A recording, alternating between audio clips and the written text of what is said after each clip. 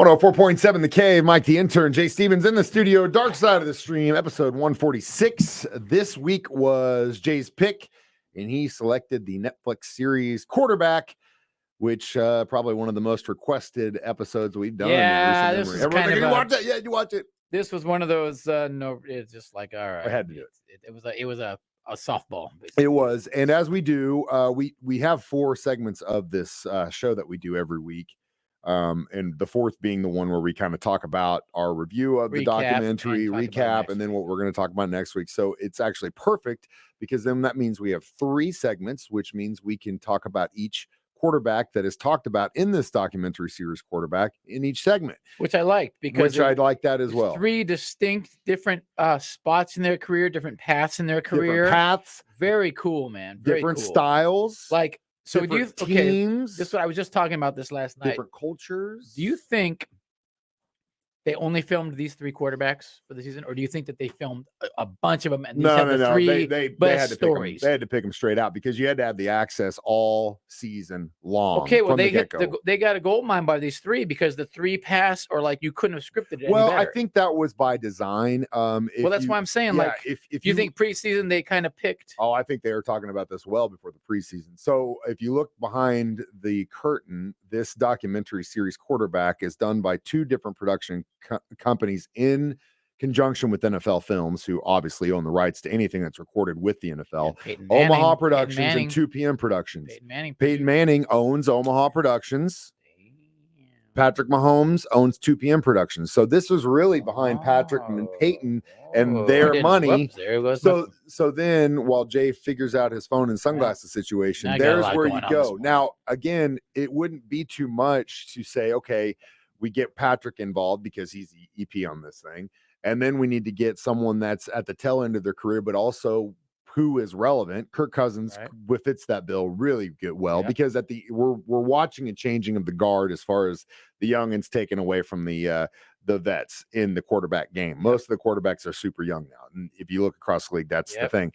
Marcus Mariota kind of fits into the journeyman kind of maybe. The journeyman realm and in between. And I really think that's where we should start this conversation. Yeah, for sure. And really I wanted to bring him up first because he's your boy. Holla, Hawaii, oh my God, pull your pants back up. Hawaii. So did you ever hear anything about this dude? No, I was other than until the last few years of him working at 104.7 The Cave. I don't think Jay ever watched a football game in his life, to be quite honest, until he started seeing someone who's like a rabid fan. You've had a couple guys from Hawaii over the years that have done that have been big prospects, but they kind of petered out in the NFL, Yeah, oh yeah, absolutely. But it's just that same Hawaii vibe, kind of a chill cat. I enjoyed watching the home life of the wives on all these too, like the dynamic they have at home with their families. Yeah, if you notice, they're all pretty chill cats. You have to. I would assume you'd have to have a pretty. Either you have to be very smart, like just to even make it. Oh yeah, like NFL. the studying the plays. How Mariota and his wife she'd be helping him study the plays. Yeah. I mean, amazing. I mean, Danon said it when we were down doing our Chiefs Happy Hour this year. You look at where the DB's lining his foot up on the hash. 80% of the time he's going to do this. 15% of the time he's going to do this, and then 5% of the time that's a lot of stuff to know, man. And that's just one player. You're looking at 11 people all memorizing what each 11 people are going to be doing in regards to what your job is and how you get beyond them. And you can see when you look at these quarterbacks, how their mind works, how they read that, some better than others, some faster than others. But yeah, Marcus, I don't want to say like it was kind of bust, but it was definitely the least entertaining portion of the it was weird though that there was a little controversy there on when he had that surgery, when he got bench surgery. It seemed like there was they made it sound like he just disappeared on the team, kind of like that was kind of weird. I was like, oh man, this is some juicy story. Well, and I think he kind of felt like he needed to take care of himself. Yeah, you know what I mean. And again, you kind of I don't want to put this out there because obviously I'm sure there are some fans, and now he's currently with the Philadelphia Eagles. He was with the Falcons. Well, that's a great backup gig because that Super Bowl, Jalen Hurts was having the game of. I mean, he was going to be the MVP until that one play changed the game, basically. Yep. He played a very good game. So that's a strong team. They'll probably again be a Super Bowl contender with Yeah, Chiefs. and again, these guys are getting paid so Oh, much I money know. to throw a ball and or protect themselves from getting hit by a 350 Yeah, pound and play a guy game, throwing and basically. play a game, Yeah, but be very awesome. smart. So again, Marcus Journeyman, it was interesting to see his perspective. But we will talk about the old man in the group, Kirk Cousins, next. Yeah. Dark Side of the Stream on 104.7 The Cave.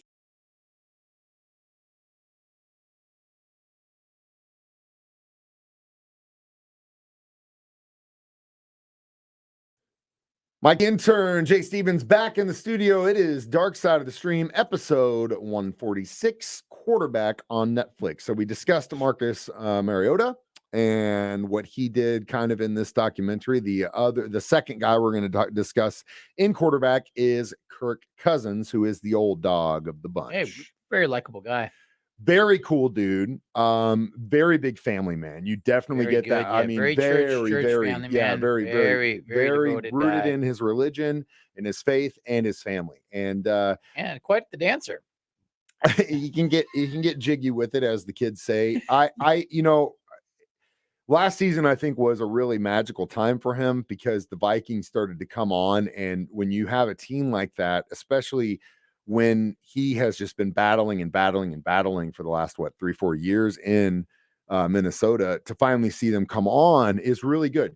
And not to say that, I'm just like Chiefs or die for me. But when you see those successes, especially, you have to he's almost appreciate an underdog. Yeah, The you fact have that to love those storylines. I mean, because I'm Saints fan and Chiefs fan here by relation, but when Minnesota, I mean, the Saints were going to win that one playoff game, and he just had that one lucky massive play. It's like right at the end of the tossed game, it I'm like, up. dude, man, come on. You got to respect it, man. You got to be happy for the guy. You do. Danon also, I thought, had something very, very crucial to say when we were talking about, or maybe it was Mitch, I can't remember. It was one of the two. When we were talking about this at the Chiefs Happy Hour, and it was, look at the way the team deals with these quarterbacks. For example, when Patrick Mahomes comes off the field, he's surrounded. Boom. He's surrounded by his quarterback coach. He's surrounded by wide receiver coaches. What are you seeing? This is what we see. Yep. They're complete, and then players are coming up to him. Yep. He's engaging with players. Sometimes he's the leader, true leader. We will talk about Patrick later, but you see that immediately. It's just like this constant, just revolving door conversation that's happening. Yep. Kirk Cousins comes off the field. Nobody's talking to him. By himself, smashing his helmet on the sideline. He's by himself. Yeah. And I don't think he's a good leader, and you get that, but there's a difference between there's a difference between a leader in which you're just delegating, and then there's one where you're in the trenches with your guys and you do from the front. And I think even though he is the quarterback, Patrick Mahomes does a lot better job of that. Not to knock Kirk, but that's a big deal that I saw. One of the big takeaways, which I mean, if you look at Kirk Cousins' records, for example, most game-winning drives in a single season, 8. Oh, yeah, he's most fourth quarter comebacks in a single season, 8. Largest comeback deficit, which I thought that would have went to Mahomes, but that was actually Kirk Cousins with 33 points. I still thought it was Manning, so I learned something there. Remember the Colts when they came back that one game? Yeah, gosh, I just Kirk Cousins, not that flashy, but when you look at what he can do and what he has done, solid performer, and you should be very lucky he's on your team. Now, speaking of luck, we are very lucky. Number 15 is in Kansas City. Incredible. And if this documentary series doesn't sell you on that, I don't know what will. We'll talk about sells you on that. We'll talk about Patrick Mahomes next. Dark Side of the Stream on 104.7 The Cave.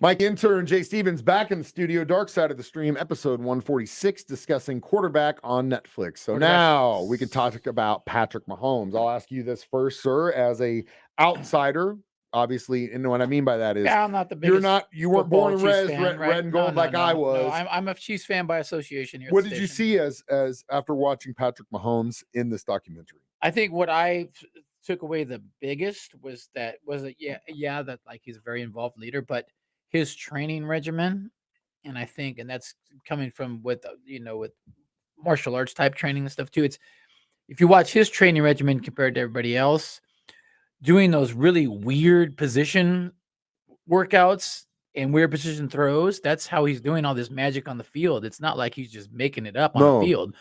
This is put in hours and hours of being in these weird spots so you're comfortable when the time comes, comfortable in the chaos, Oh, that was amazing, man. Incredible. you talk about preparation. Yeah. And that's one thing that I always talk about Kobe, right? Even when he was the best in the league, Still he was there 2 hours before guys and there 2 hours after. And there is a reason for jump that. shots. Yeah. Exactly. Because he might not ever have to take that shot. Ever from that position on that situation or whatever. But he's going to practice 1,000 times for the 1% chance that he's going to have to take that shot and he's prepared for it.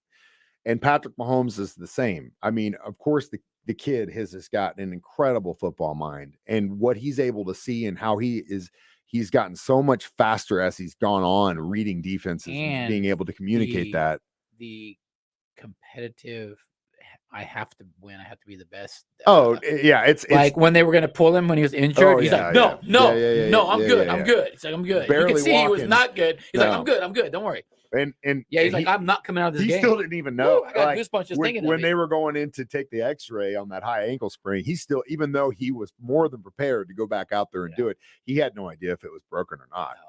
He knew that it was bad, he's like, as soon as you could see it on his face when they gave him the clear and he's hobbling back out there, he was so happy because it wasn't that was you. That time, it wasn't ending.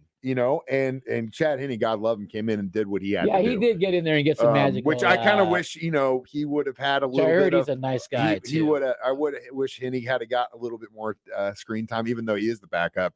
Maybe that's what they do next year. Maybe they just follow the backup now here's QBs. The thing. They're going to do season 2 next year. They have already said. Now, I don't think they're going to follow the same 3. No, they can't. But you kind of have to follow Mahomes because he's probably the odds-on favorite to do it again. Again, I mean, you can't predict the future. That's why I'm saying that they had to have followed several guys, and then they picked the 3 best stories. Well, no, because I mean, how'd you get this lucky? I mean, unless you just got this lucky that you had 3 perfect, distinct stories. It would have just. What if you had 3 Kirk Cousins? It wouldn't have been as good of a show. Or like 3 that level players. But again, like I said, it was perfect. You got the young kid who's taken over. You got the journeyman who's in about midway of his career, and you got a guy who's at the end of his career. So who do they do it on next year? Joe Burrow? Burrow would probably be a candidate, even though I probably wouldn't watch it if he's in it because I can't stand that guy. Brady's already out. Who's another aging star? Probably Josh Allen would be another one. Middle of the road guy, or no? He's kind of right there with Burrow, isn't he? Yeah, Burrow. So Allen. You got to get one clear-cut winner, one middle of the road, and one guy who's going to struggle. So Burrow probably clear-cut winner, right? Well, what about Jalen Hurts? So there's 3 right there. No. Josh Allen, Jalen Hurts. No, but those guys are all top tier. So we need to break it out a little bit. I'm saying get a top tier, get a middle of the road, and get a bottom. Okay. Who do you think? So I would say Jalen Hurts or Josh Burrow. Hold on. Okay, so I'm looking at the rankings going into the season based off NFL. Just throw the names and if I hear Jalen Hurts after Mahomes, who's number 1, right. Jalen Hurts number 2. So it would be a smart play. But again, this is another thing too you have to consider. The NFL Players Association has an agreement with the NFL that states outside of what you have to do in game, they cannot tell you to do a damn thing. So ultimately, it comes down to the individual. Of course, Patrick Mahomes is going to be in it because it was his production studio, it was his money. Of course, he's in it, bro. So Jalen could just say, "I don't want the distraction. Stay away from me." Joe could do it. You also might want that hype, though. You might want that hype too. So Jalen Hurts or Joe or Josh Allen for the top tier. Now, what about the middle of the road tier? You could say, well, what about Tua, Trevor Lawrence, Jared Goff would be another good suggestion. Yes, Geno Smith. I mean, come on, the dude's an old dog. He'd be another Kirk Cousins. Garoppolo. Dak Prescott could also be. What about the one that just came to the Saints? What about Lamar Jackson? The guy that just came to the Saints. Justin Fields could be a guy. Brock Purdy, Aaron Rodgers. What about Aaron Rodgers? Kyler Murray. That's the aging star. Okay, Aaron Rodgers is the aging star. We just named 15. Okay, now bottom of the barrel. Who is the one that's going to struggle and maybe get benched? I mean, right now at 32, Garoppolo, according to NFL, Zach. It's 32. Garoppolo. I don't want to watch that. Davis Mills from the Texans, Matt Ryan, Colts. Matt Ryan. Okay, Matt Ryan. Those are probably Heineke two from the Washington Commanders Okay. could. Or no, I don't want to. They're definitely not going to touch Deshaun Watson with the 10-foot pole. Russell Wilson. That could be an interesting one. Yeah. All right. So there's some good options. There are. So- But again, it's really going to come down to the guys that want to do it or not. Yeah. We went way long on this. We got to talk about Well, how we thought about We it. went deep on it. It's Next, Dark Side of the Stream on 104.7 The K.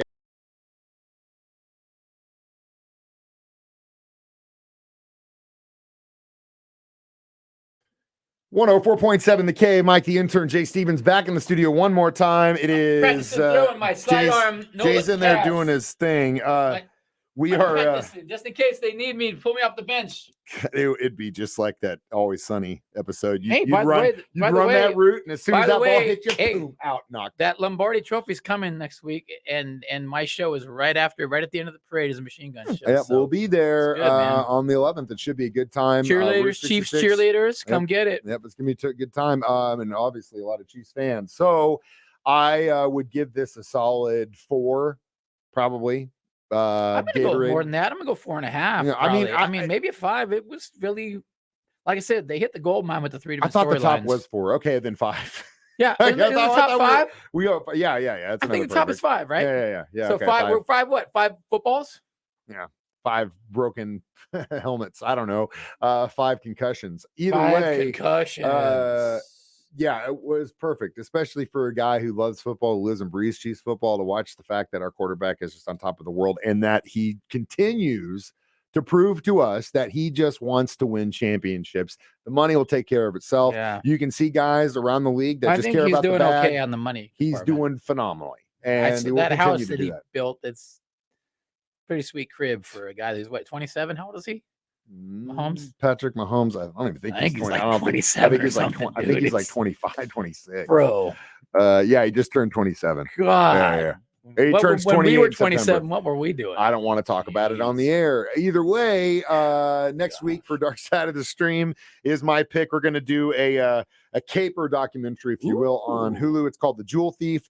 Hour and a half, should be pretty cool. Jewel Talking Thief, hour about and a half. Gerald Blanchard's surprising first-hand account as a calculating and accomplished criminal mastermind. Hey, I love This kid those looks stories. like he could be shopping at Hot Topics, so that should be. an Oh, interesting and he's a story. jewel thief? Yeah. An emo kid? We might be learning something from this dude. As always, you can watch us do this live on Facebook every Thursday, 9 a.m., or listen to it on my show at the same time, or Jay's at 6 p.m., or as a podcast on our 104.7 The Cave app. I am Mike the Intern. That's Jay Stevens, and we're reminding you we watch movies Documentaries, so you don't have to. It's Dark Side of the Stream on 104.7 The Cave.